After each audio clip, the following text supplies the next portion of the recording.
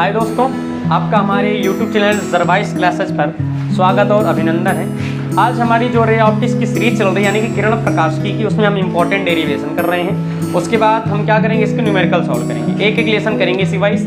तो भाई देखिएगा, इसमें आज हमारा किरण प्रकाशिकी का जो एक और डेरिवेशन है उसका नाम है संपर्क में रखे दो पतले लेंसों के संयोजन की फोकस दूरी। तो चलिए भाई, ये पेपर में कई बार आ चुका है, आने की संभावना है आपके 2024 यूपी बोर्ड एग्जाम में, इसलिए इसको हम देर न करते हुए चलिए इसको प्रारंभ करते हैं। भाई देखिए क्या कह रहा है, संपर्क में रखे दो पतले लेंस। उसने भाई हेडिंग में ही बोला है कितने लेंस हैं, दो लेंस, और दोनों कैसे भाई पतले हैं। पतले का मतलब कि भाई उनकी जो मोटाई है वो लगभग नगण्य के बराबर है। तो देखिए हम रखते हैं दो लेंस हैं और दोनों उत्तल ही रहेंगे, ध्यान देखिएगा।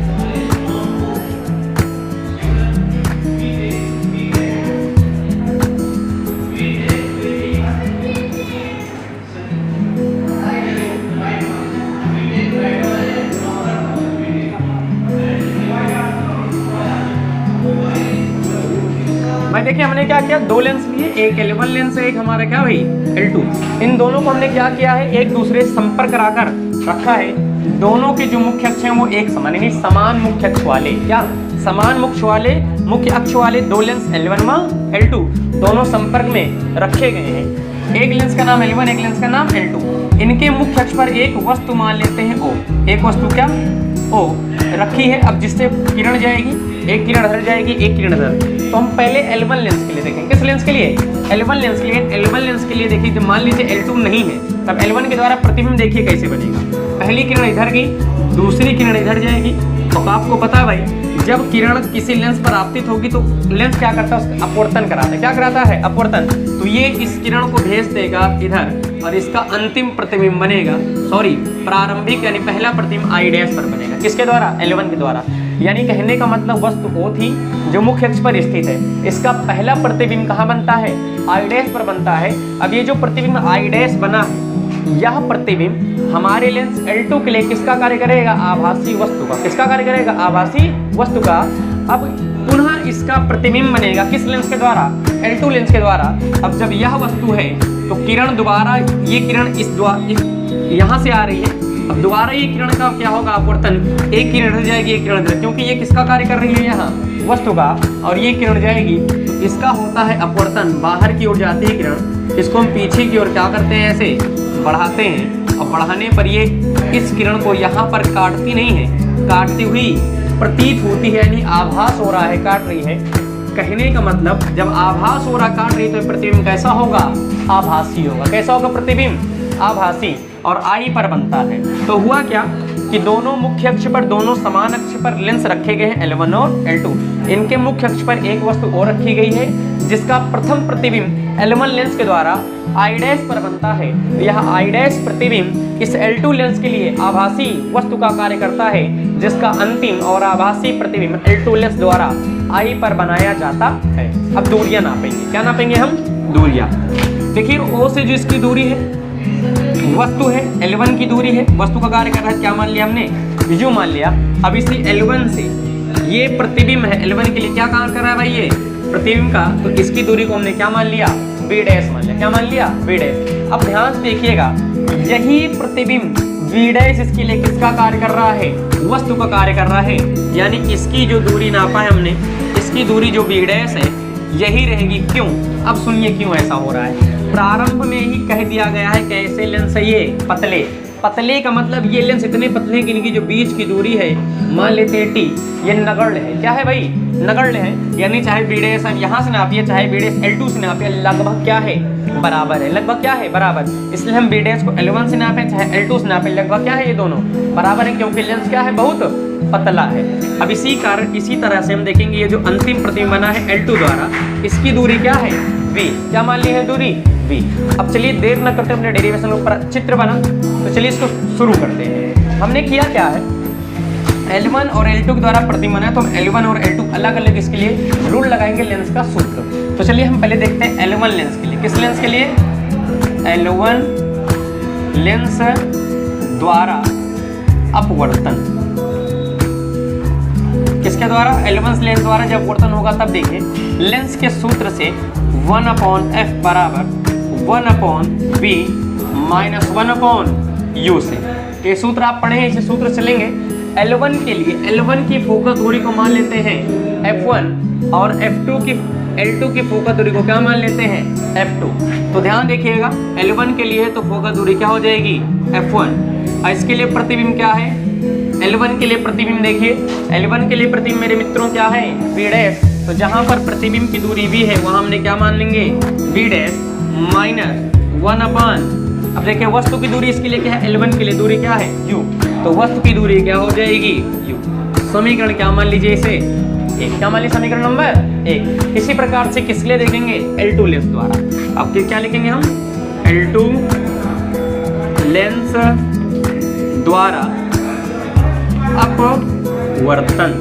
जब L2 लेंस द्वारा अपवर्तन देखेंगे, किसके द्वारा L2 लेंस द्वारा अपवर्तन जब देख रहे हैं तो इसी सूत्र से डायरेक्ट हम बना सकते हैं 1/f2। 1/f2 बराबर हो जाएगा 1/। इसके लिए प्रतिबिंब देखिए L2 के लिए प्रतिबिंब क्या है v, L2 के लिए प्रतिबिंब क्या है v माइनस इसके लिए वस्तु। हमने आपको प्रारंभ में बता दिया था कि जो v' ये v' इनकी दूरी लगभग क्या है बराबर है, बहुत छोटा सा अंतर है, क्योंकि ये दोनों लेंस क्या है बहुत पतले हैं। इस वजह से जो इसके लिए वो प्रतिबिंब की दूरी है वो L2 के लिए किसकी दूरी होगी वस्तु की दूरी होगी। इसलिए जहाँ u था वहाँ हम क्या रख देंगे v' और समीकरण क्या मान लेंगे 2। इस प्रकार से समीकरण 1 और 2 हमने बना लिए। अब दोनों समीकरणों को हम क्या करेंगे जोड़ देंगे। तो हम लिखेंगे क्या कि समीकरण 1 व 2 को जोड़ने पर, दोनों को जोड़ते हैं LHS से LHS जोड़ेगा, RHS से RHS। तो LHS देखिए समीकरण 1 का क्या है 1/f1, समीकरण 2 का LHS क्या है 1/f2, इसका RHS क्या है 1/v' माइनस 1/u। इसका देखिए जोड़ना है तो प्लस लगाएंगे 1/v माइनस 1/v'। ध्यान देखिए ये 1/v' प्लस में है, ये 1/v' किस में है माइनस में, तो दोनों क्या हो जाएंगे कैंसिल हो जाएंगे। यहाँ से बचेगा क्या, यहाँ से 1/f1 प्लस 1/f2 बराबर बचेगा 1/। ध्यान देखिए 1/v और 1/u बचा है, लेकिन देखिए माइनस में, ये किस में प्लस में। तो हम क्या करते हैं प्लस वाले को पहले लिख लेते हैं, माइनस वाले को बाद में, यानी 1/f1 प्लस 1/f2 बराबर क्या बचेगा 1/v माइनस 1/u। अब देखिए 1/v एंड माइनस 1/u किसके बराबर होता है 1/f। यहाँ से देखिए दिख रहा है कि नहीं 1/v माइनस 1/u किसके बराबर है 1/f के।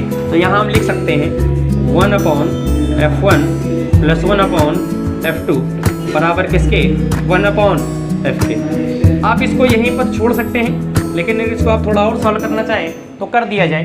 आप फ्रैक्शन सॉल्व किए होंगे, फ्रैक्शन यानी कि भिन्न, जानते हैं भाई क्रॉस मल्टीप्लाई कराते हैं, क्या कराते हैं क्रॉस। तो चलिए इसको हम पहले लिखते हैं 1/f, इसको क्रॉस f2 का 1 मल्टीप्लाई तो f2 प्लस f1 का मल्टीप्लाई 1 में तो क्या हो जाएगा f1 upon f1 into f2 upon f1 into f2। अब दोनों का रेसिप्रोकल करेंगे यानी उल्टा करेंगे, व्युत्क्रम क्या करेंगे व्युत्क्रम, यानी f को ऊपर लेके जाएंगे तो f बचेगा, इसको ऊपर लेके जाएंगे तो f1 f2 upon f1 plus f2। इस तरह से यह है संयुक्त फोकस दूरी। लेकिन कभी कभी एग्जामिनर अगर आपको घुमाना चाहेगा तो इसी प्रश्न को थोड़ा घुमा के पूछेगा कि संपर्क में रखे दो पतले लेंसों के संयोजन की क्षमता ज्ञात कीजिए। क्या ज्ञात कीजिए क्षमता। तब आपको पहले इतना यहाँ तक करना है, आप ये मत सोचिए कि तो कोई दूसरा डेरिवेशन है, वो यही डेरिवेशन है, फर्क बस इतना है कि यहीं से इसका थोड़ा प्रक्रम क्या होगा बदल जाएगा, प्रोसेस चेंज हो जाएगा। अब क्षमता की अगर हम बात करें, किसकी बात करें क्षमता की, तो आप सभी लोग थोड़ा बहुत लेंस की क्षमता जानते होंगे, नहीं जानते तो हम आपको बताते हैं। लेंस की क्षमता क्या होती है, लेंस की फोकस दूरी के व्युत्क्रम को लेंस की क्षमता कहते हैं, यदि फोकस दूरी किसमें हो मीटर में। किसमें फोकस दूरी मीटर में। कहने का मतलब इसको P से व्यक्त करते हैं, P बराबर 1/f होता है जब किसमें होगा इसका मान मीटर में। किसमें होगा मीटर में। ये होती है लेंस की क्षमता। लेंस की फोकस दूरी के व्युत्क्रम को लेंस की क्षमता कहते हैं यदि फोकस दूरी किसमें हो मीटर में, और जो क्षमता का मात्रक होता है वो डायोप्टर होता है। क्या होता है भाई डायोप्टर। इसी प्रकार से अब देखिएगा ये जो समीकरण आया 1/f1 प्लस 1/f2 बराबर 1/f, इसी को अगर हम इससे कंपेयर करा के दिखाएं, देखिए 1/f किसके बराबर है, P के, तो 1/f1 किसके लिए है, L1 के, तो L1 की भी तो अपनी क्षमता होगी।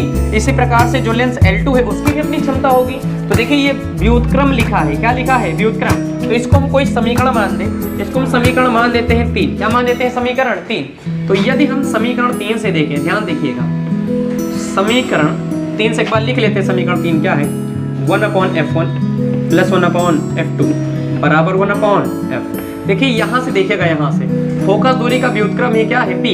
अगर F1 फोकस दूरी है यानी L1 लेंस है, कौन सा लेंस, L1, तो L1 की फोकस दूरी क्या होगी, P1। उल्टा है तो P1 हो जाएगा। ये भी अपोजिट में है तो ये भी क्या हो जाएगा, P2। 1/f किसके बराबर होगा, P के। तो यह है संयुक्त क्षमता। क्या है भाई, संयुक्त क्षमता। इस प्रकार से हमने संपर्क में रखे दो पतले लेंसों की फोकस दूरी और क्षमता का व्यंजक प्राप्त किया। यदि आपको हमारी यह वीडियो अच्छी लगी है तो चैनल को सब्सक्राइब करें और वीडियो को लाइक करें।